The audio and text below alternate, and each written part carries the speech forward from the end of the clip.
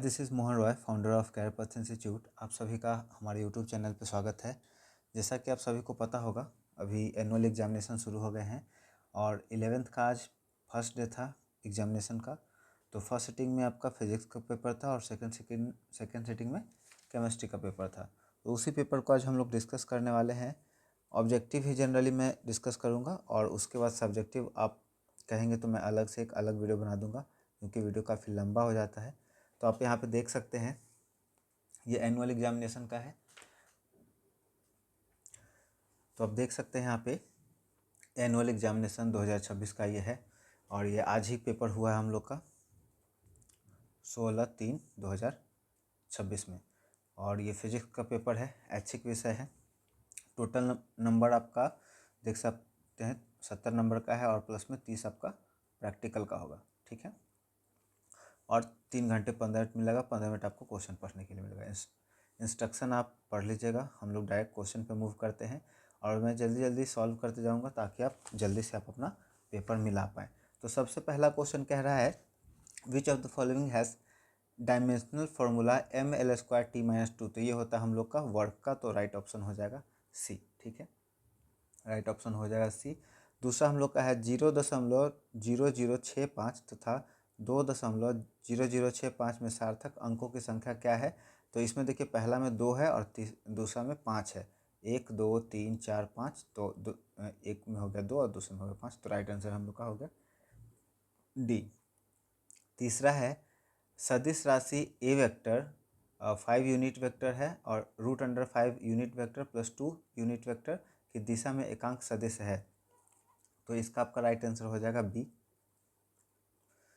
4 में है, यदि p vector is equal to 4 unit vector minus 5 unit vector तथा q is equal to 5 unit vector plus 4 unit vector, तो दोनों सदिश राशियों के बीच का कोण कितना होगा। तो ये होगा हम लोग का π/2 मतलब 90 डिग्री, है ना। पाई मतलब हो जाता है 180 डिग्री और π/2 मतलब 90 डिग्री।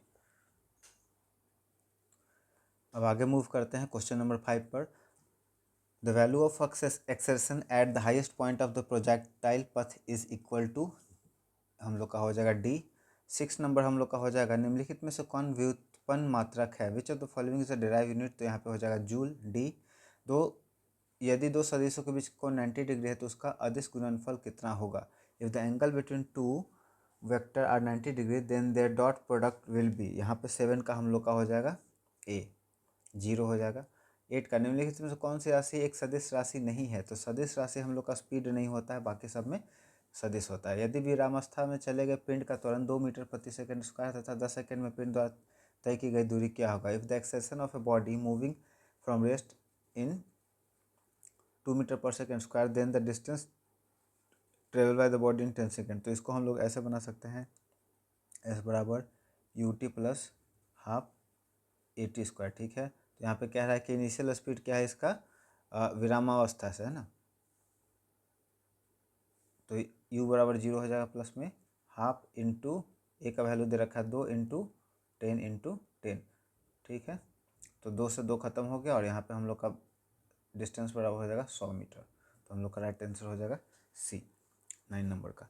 आगे बढ़ते हैं 10 पर। 10 कहता है, if then object is thrown vertically upward then at the highest point its velocity will be. अब देखिए किसी भी ऑब्जेक्ट को हम लोग जब नीचे से ऊपर की तरफ फेंकते हैं तो फाइनल वेलोसिटी क्या होता है, 0 हो जाता है। मैक्सिमम जो सबसे पीक पर जब पहुंचता है तो वहाँ उसका वेलोसिटी क्या होता है, 0 हो जाता है। 11 का अगर हम लोग देखें तो राइट आंसर हम लोग का हो जाएगा यहाँ पर डी, ठीक है। उसका 12 के ऊपर चलते हैं, इसका हम लोग का राइट आंसर हो जाएगा त्वरण शून्य कह रहा है ना, तो ये सी, ठीक है। उसके बाद 13 का हम लोग का हो जाएगा D, displacement of the body. The area under the velocity time graph of moving body represents displacement of the body. उसी तरह से 14 का हम लोग का हो जाएगा बल की दिशा सदैव होती है त्वरण के समानांतर, सही बात।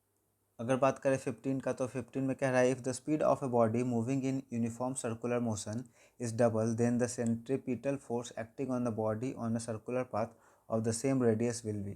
तो इसका हम लोग का हो जाएगा आंसर 4 गुना, बी राइट आंसर हो जाएगा।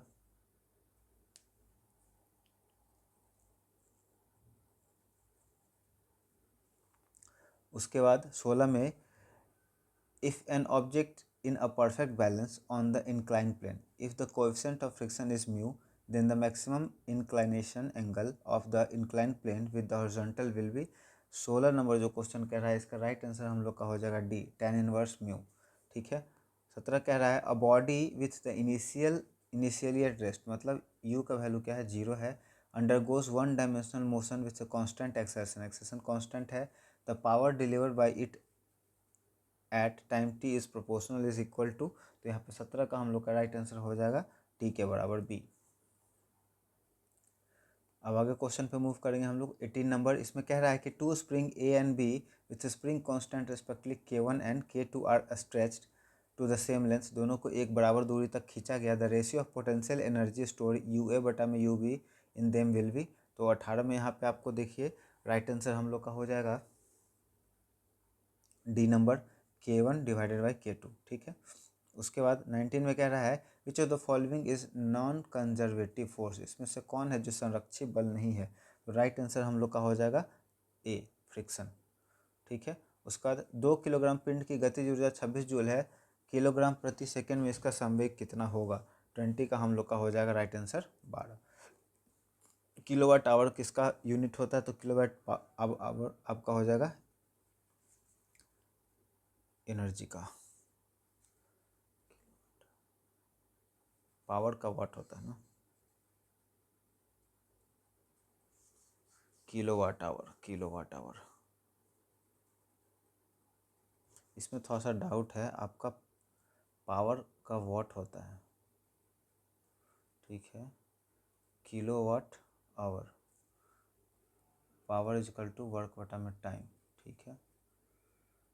पावर इजकल टू वर्क बटा में टाइम, तो पावर का हो जाएगा हम लोग का, अब यहाँ पे कह रहा है किलोवाट बड़ा यूनिट है और बटा में टाइम है, गुने में यहाँ पे आवर है, मतलब टाइम से गुना कर दे तो हो गया वाट पावर। ठीक है, इसको एक बार देख लीजिएगा आप फिर से, मुझे लग रहा है कि ये ऊर्जा का होना चाहिए। ठीक है। उसके बाद 22 में हम लोग का हो जाएगा, यदि एक समरूप छड़ की लंबाई L है तो इसका द्रव्यमान केंद्र स्थित होगा L/2 पर ना, आधा पर। अब नेक्स्ट क्वेश्चन की तरफ मूव करते हैं। 23 नंबर कह रहा है the moment of inertia of a circular disc of mass m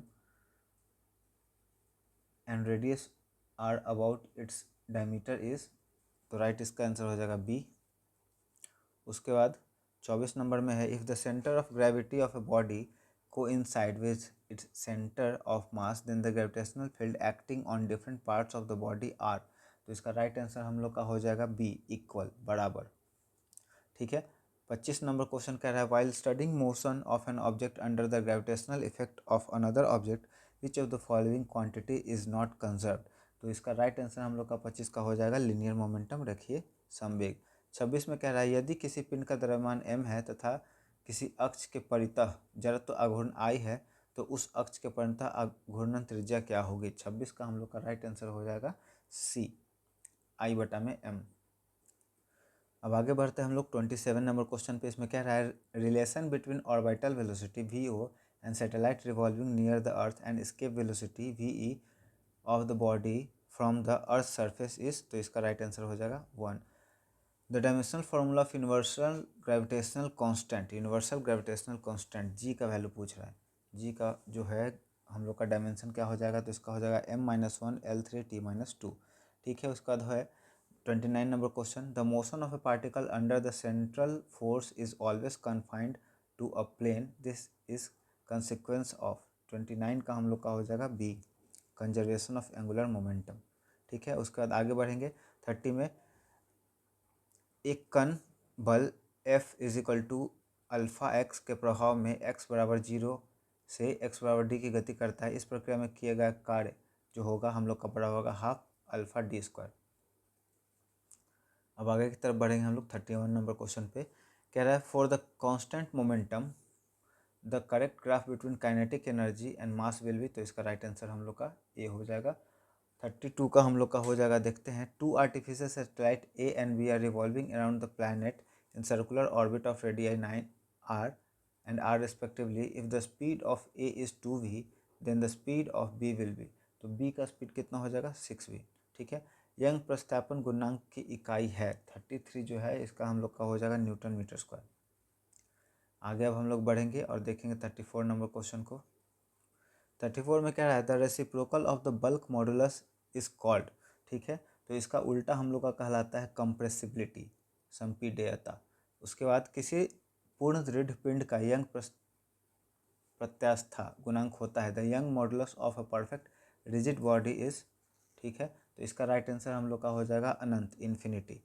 ठीक है, उसके बाद 36 में कहता है a particle execute simple harmonic motion with the time period of 6 second and amplitude of 3 centimetre, its maximum speed in centimetre पर second will be. तो इसका मैक्सिमम स्पीड होगा हम लोग का पाई। सान्यता गुणांक की बीमा क्या है, the dimension of coefficient of viscosity is. ठीक है, तो इसका हम लोग का राइट आंसर हो जाएगा डी में, ml-1 t-1। ठीक है, अब कह रहा है कि साबुन के दो बुलबुले जिसकी त्रिज्या 2:1 है और उसके भीतर दाब अधिक क्या होगा, तो ये 1:2 हो जाएगा।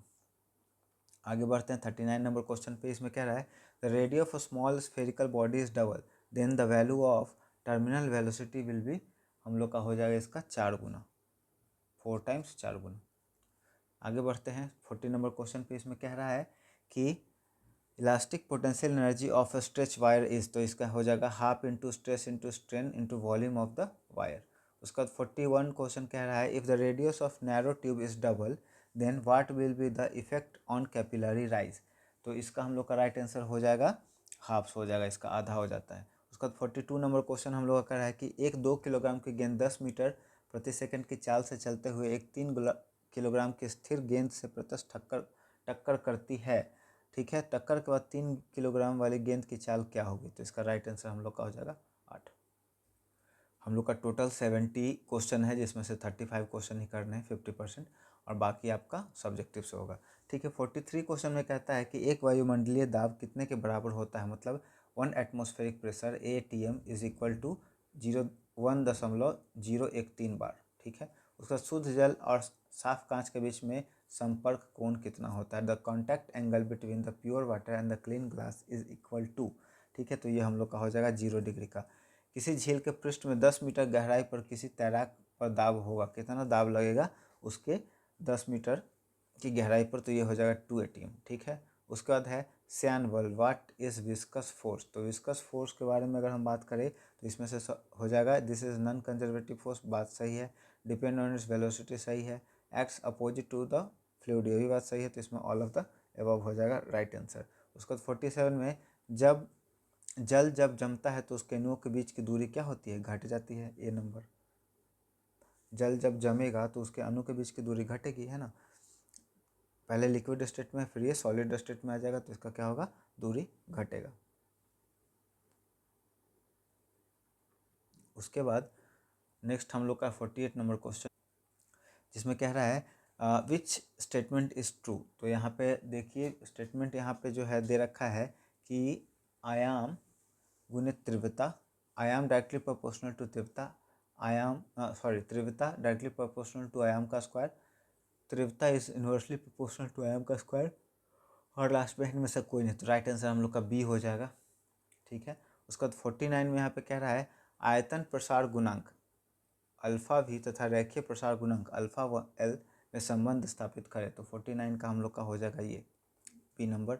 50 में कह रहा है विशिष्ट ऊष्माधारिता का एसआई मात्रक क्या होता है। तो विशिष्ट ऊष्माधारिता का एसआई मात्रक होता है जूल पर किलोग्राम पर केल्विन। ठीक है, एक गोलाकार छेद वाली धातु की चादर को गर्म किया जाता है, छिद्र क्या होगा, तो छिद्र हम लोग का गर्म करने पर क्या होगा, बड़ा होते जाएगा, लार्जर होगा, है ना। जैसे ही गर्म करेंगे पार्टिकल क्या होते जाएगा, दूर होते जाएगा, तो छेद बड़ा हो जाएगा। नेक्स्ट हम लोग का क्वेश्चन है 52, जिसमें पूछ रहा है the average kinetic energy of A molecule of an ideal gas depend on the. ठीक है, ये किस चीज़ के ऊपर डिपेंड करता है, तो इसमें हो जाएगा हम लोग का टेम्परेचर के ऊपर, तापमान के ऊपर। वह ताप जिस पर सेल्सियस और फ़ारेनहाइट का तापमान बराबर होता है -40 डिग्री सेंटीग्रेड। ये बहुत ही अच्छा क्वेश्चन है, हमेशा कंपटीशन में भी आपको पूछ सकता है क्वेश्चन। हीलियम गैस के लिए CP और CV का अनुपात क्या होता है, 54 में पूछा है, तो ये होगा 5:3। ठीक है, उसके बाद आदर्श गैस की स्थितिज ऊर्जा क्या होती है, आदर्श गैस कह रहा है, तो इसका हम लोग का 0 हो जाएगा, आइडियल गैस का। किसी आदर्श गैस में रुद्धोष्म प्रक्रम में दाब P और आयतन V के बीच का संबंध क्या होगा। 56 में पूछ रहा है क्या होगा संबंध। The relation between the pressure P and volume V of an ideal gas in the adiabatic process. तो इसमें आपका राइट आंसर हो जाएगा हम लोग का डी नंबर। ठीक है, आगे बढ़ते हैं 57 में। यदि कार्नो इंजन में उष्ण ऊष्मा भंडारण का तापमान 800 केल्विन है तथा दक्षता 25% है तो ठंडे ऊष्मा भंडार का तापमान क्या होगा। तो इसका राइट आंसर आपका हो जाएगा 26.85। ठीक है, बनाने के लिए इसका मैं आपको फॉर्मूला बता दूं। इफिशियंसी बराबर nu is equal to 1 minus T L divided by T H. ठीक है, तो यहाँ पर दे रखा है टी एच दे रखा है, एल निकालना है। तो हम लोग इसको जब सॉल्व करेंगे तो हम लोग का निकल जाएगा। पहले आप जल्दी जल्दी मिला ले जो राइट आंसर है उसको, फिर बाद में अपना कहेंगे तो इसको डिस्क्राइब भी हम लोग कर लेंगे और उसके बाद सब्जेक्टिव का भी कर लिया जाएगा। 58 नंबर क्वेश्चन हम लोग का कह रहा है कि the change in internal energy delta U of an ideal gas in a cyclic process is. तो इसमें राइट आंसर हम लोग का हो जाएगा 0 डी। ठीक है, उसके बाद 59 में क्वेश्चन में कह रहा है कि the path difference between the two waves is equal to alpha pi, ये हो जाएगा अल्फा बटा में 2 पाई ब्रैकेट के अंदर 5 प्लस अल्फा बाई 2। ठीक है, 60 का हम लोग का कहता है कि the mean square speed of molecule of a gas at absolute temperature T is proportional to. तो इसका राइट आंसर हम लोग का टी हो जाएगा। आगे बढ़ते हैं, अब 70 क्वेश्चन ही 10 और बचे हुए हैं। 61 कहता है which of the following is extensive variable of A thermodynamic process. तो इसमें जो थर्मोडाइनमिक प्रोसेस है इसमें क्या एक्सटेंसिबल है, एक्सटेंसिव है तो इसमें वॉल्यूम हो जाएगा आपका। ठीक है, आयतन। सम आयतनिक प्रक्रम में किस गैस द्वारा किया गया कार्य होता है, किसी गैस द्वारा। The work done by a gas in isochoric process is. तो इसका राइट आंसर हो जाएगा 0। उसका 63 कह रहा है the displacement of a particle moving in simple harmonic motion SHM at a instant is given by y equal to a cos omega T the acceleration after time t बटा में 4 where t is time period is. तो इसका right answer हम लोग का 63 का हो जाएगा 0। 64 का कह रहा है कि a wave is reflected from a rigid support the change in phase on reflection will be. तो इसका हो जाएगा 64 का हम लोग का पाई, बी नंबर। उसके बाद सलर the potential energy of a particle executing simple harmonic motion at a distance x from the mean position is proportional to. तो इसका हो जाएगा हम लोग का x²। ठीक है, आगे the case of resonance amplitude of oscillation is. तो इसका राइट आंसर हम लोग का 66 का हो जाएगा ये मैक्सिमम अधिकतम होता है सी। जब ध्वनि तरंग हवा से पानी में अपवर्तित होता है तो निम्नलिखित में से कौन अपरिवर्तित होता है। तो इसका हो जाएगा हम लोग का राइट फ्रीक्वेंसी। ठीक है, उसके बाद आगे बढ़ेंगे हम लोग 68 नंबर में, जिसमें कह रहा है कि a simple harmonic oscillator has an amplitude a and its time period t। The time required by it to travel from x to a to x is equal to a बटा में a is. तो इसका right answer हम लोग का हो जाएगा t बटा में 6। अब 2 क्वेश्चन और बचे हुए हम लोग का, उसको हम लोग करेंगे, उसके बाद देखेंगे शॉर्ट आंसर क्वेश्चन में कैसा क्वेश्चन पूछा। 69 कहता है the frequency of the note emitting from an organ pipe depend on. तो इसका हम लोग का राइट आंसर हो जाएगा ए और बी दोनों, वायु स्तंभ की लंबाई पर भी और वायु में ध्वनि की चाल पर भी। ठीक है, वायु का तापमान 1 डिग्री सेंटीग्रेड बढ़ाने पर ध्वनि का वेग कितना बढ़ जाता है, 0.607। इसका राइट आंसर हो जाएगा। अब देखते हैं शॉर्ट आंसर क्वेश्चन, जिसमें से कह रहा है कि आपको प्रश्न संख्या 1 से 20 दिया हुआ है, जिसमें से मात्र 10 करना है। तो आसान आसान जो आपको लगता है उसमें से देख करके आप कर सकते हैं। सबसे पहला इजी क्वेश्चन है, सदिशों के योग का त्रिभुज का नियम बताइए। कह रहा है कि इसमें रूल कहता है कि 2 अगर वेक्टर है आपका, दोनों वेक्टर क्या है, कंटिन्यूअस है, जो 2 इसका तीसरा साइड जो होगा वो क्या बताएगा, इसका रिजल्टेंट देगा। इसी को हम लोग कहते हैं triangle law of vector of addition of vector. ठीक है, अब दूसरा है किसी कण का वेग v बराबर at² और bt है व्यक्त किया गया, जहाँ t बराबर समय है तथा a और b के विमीय सूत्र ज्ञात करें। ठीक है, तो इसको हम लोग देखिए निकाल सकते हैं ऐसे। v बराबर हम लोग जानते हैं LT-1 होता है। ठीक है, यहाँ पे कह रहा है v बराबर 8t²। तो इसको हम लोग ऐसे सॉल्व कर सकते हैं, v का वैल्यू लिख देंगे t-1, ठीक है, और बराबर हो जाएगा यहाँ पे a और t² हो जाएगा। अब यहाँ गुना में है, इधर से t आएगा तो डिवाइड में चला जाएगा, तो LT-1 डिवाइडेड में t², तो इसका हो जाएगा हम लोग का LT-3। तो a का वैल्यू हम लोग का निकल गया। इस तरह से आप b/t का भी निकाल सकते हैं, ये LT-1 डिवाइडेड बाई b/t, ठीक है। अब यहाँ से क्या होगा, जब t डिवाइड में इधर जाएगा तो इधर जाएगा, तो आपका क्या हो जाएगा, गुना में हो जाएगा, तो b बराबर हो जाएगा LT-1 इंटू t, तो t से t खत्म हो जाएगा, तो b का बचेगा l। तो यही हम लोग का राइट आंसर हो जाएगा।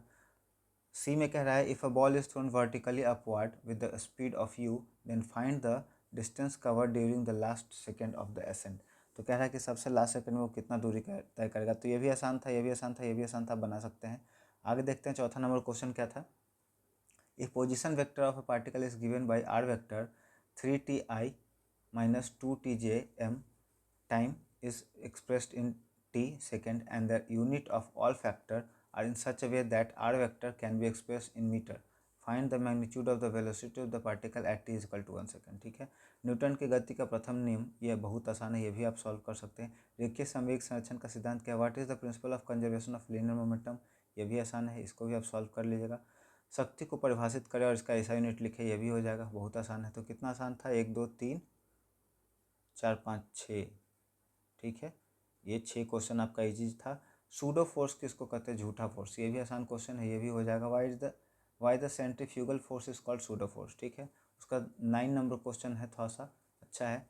कह रहा है the average distance of a planet from the sun is 9 times more than the average distance of earth from the sun, ठीक है। In how many years will the planet complete one revolution around the sun, sun के चारों तरफ जो चक्कर काट रहा है वो कितना समय पूरा करेगा। 10 नंबर क्वेश्चन हम लोग का कह रहा है find the torque of a force F is equal to I unit vector plus 2j minus 3k about the origin and the force act on the particle whose position vector is 2I plus 4j minus 6k, ठीक है। तो इसका हम लोग को क्या निकालना है, टॉर्क निकालना है, ठीक है। आगे चलते हैं, 11 नंबर क्वेश्चन में कह रहा है what is the uniform cube is when a uniform cube is compressed then each of its side decrease by 1%, calculate its volume strain, ठीक है। 12 नंबर क्वेश्चन कह रहा है the diameter of a pipe is 3 centimetre through which water is flowing at a speed of 5 metre per second, if the diameter of the pipe is half then find the speed of the flow of water in it, ठीक है। उसके बाद what is the surface energy of a liquid, उसका Doppler effect class 10th में भी हम लोगों ने पढ़ा है। जब दूर से कोई वस्तु आती रहती है और उससे आवाज़ निकलती है, ट्रेन वाला एग्जाम्पल था, तो उसका आवाज़ कभी तेज़ और कभी धीमा सुनाई देता है, इसी को हम लोग क्या कहते हैं, ड्रॉपलर इफेक्ट कहते हैं, ठीक है। Draw the graph between the variation of gravitational potential of uniform hollow sphere with distance from its centre, ठीक है। 16 नंबर क्वेश्चन कह रहा है two small spherical bodies are drop from a liquid whose radii are in the form ratio of 3:4, if the viscous drag from force applied on both the bodies is same then find the ratio of their velocities, ठीक है। उसका 70 number question कर रहा है draw pressure volume curve in the isothermal adiabatic isobaric and isochoric process in the ideal gas, ठीक है। उसके बाद 18 नंबर क्वेश्चन कर रहा है what is the time period of second pendulum, calculate its length. Next question हम लोग का 2 और होना चाहिए, उसका लॉन्ग आंसर क्वेश्चन आ जाएगा। 19 नंबर क्वेश्चन कह रहा है find the ratio of the speed of sound in oxygen and hydrogen gases at the same temperature, ठीक है। उसके बाद लास्ट 20 नंबर क्वेश्चन है right the mathematical formula for the mean free path of the gas molecule and explain the meaning of symbols use, ठीक है। अब long answer question है हम लोग का, मतलब 6 क्वेश्चन दिया होगा जिसमें से 3 करना है। देखते हैं, पहला क्वेश्चन कह रहा है a constant force acting a constant retarding force of 15 Newton is applied on a body of mass 10 kg moving initially with the speed of 20 meter per second.